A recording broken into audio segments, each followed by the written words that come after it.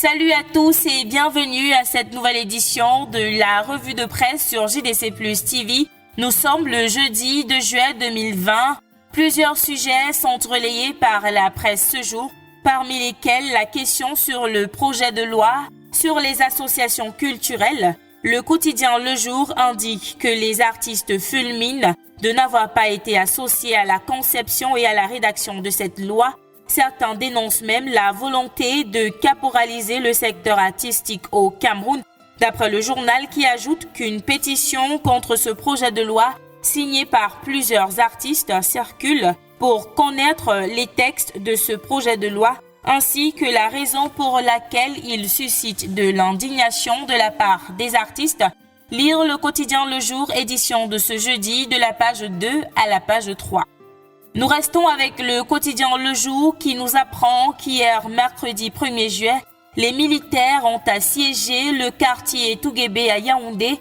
Gendarmes et policiers ont procédé à des interpellations, les saisies et les fouilles systématiques dans les domiciles avec contrôle des factures des appareils. Pour plus de détails sur cette opération, lisez la page 5 du quotidien Le Jour paru en kiosque ce jeudi 2 juillet 2020.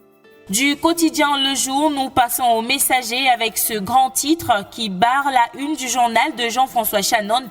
Opération Épervier, 2 ans après, quel le bilan?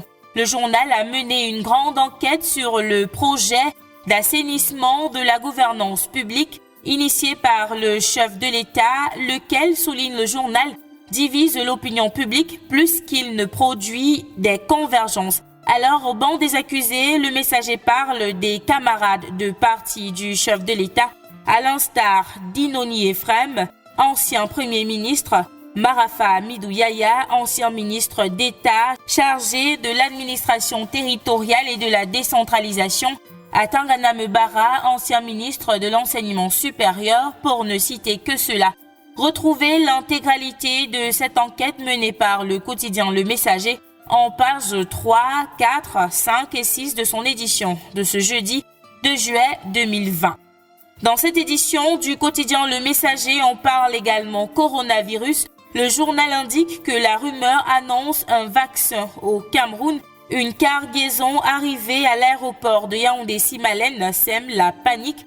Mais le Messager précise que le ministre de la Santé publique, le docteur Malachi Manaouda, a démenti cette rumeur. Les précisions en page 10. Du côté du quotidien Mutation, on parle une fois de plus des relations transfrontalières Cameroun-Guinée équatoriale.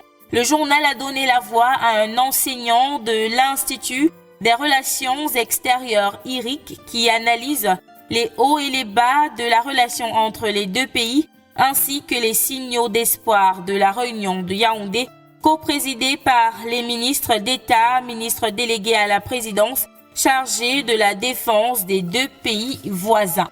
Mutation parle également de la réplique du Gabon suite à l'interdiction d'accès à l'espace Schengen.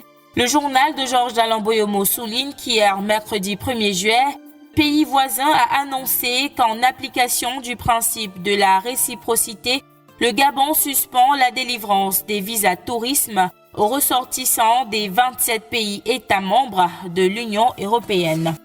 Refermons cette édition de la revue de presse avec le journal La Météo qui annonce que le docteur Madeleine Tuente, ministre de la Recherche scientifique et de l'Innovation, lance le projet de production de médicaments. En prélude à ce lancement, la Météo souligne que mardi 30 juin, les experts du Cameroun et ceux de la France, conduits par l'ambassadeur Christophe Guilou, sous l'égide de la Minerésie, ont tenu une réunion de concertation en vue d'examiner les moyens d'une coopération soutenue dans le domaine. Plus de précisions en page 3. Et voilà qui vient mettre un terme à cette édition de la revue de presse sur JDC Plus TV. Merci d'avoir regardé. À demain.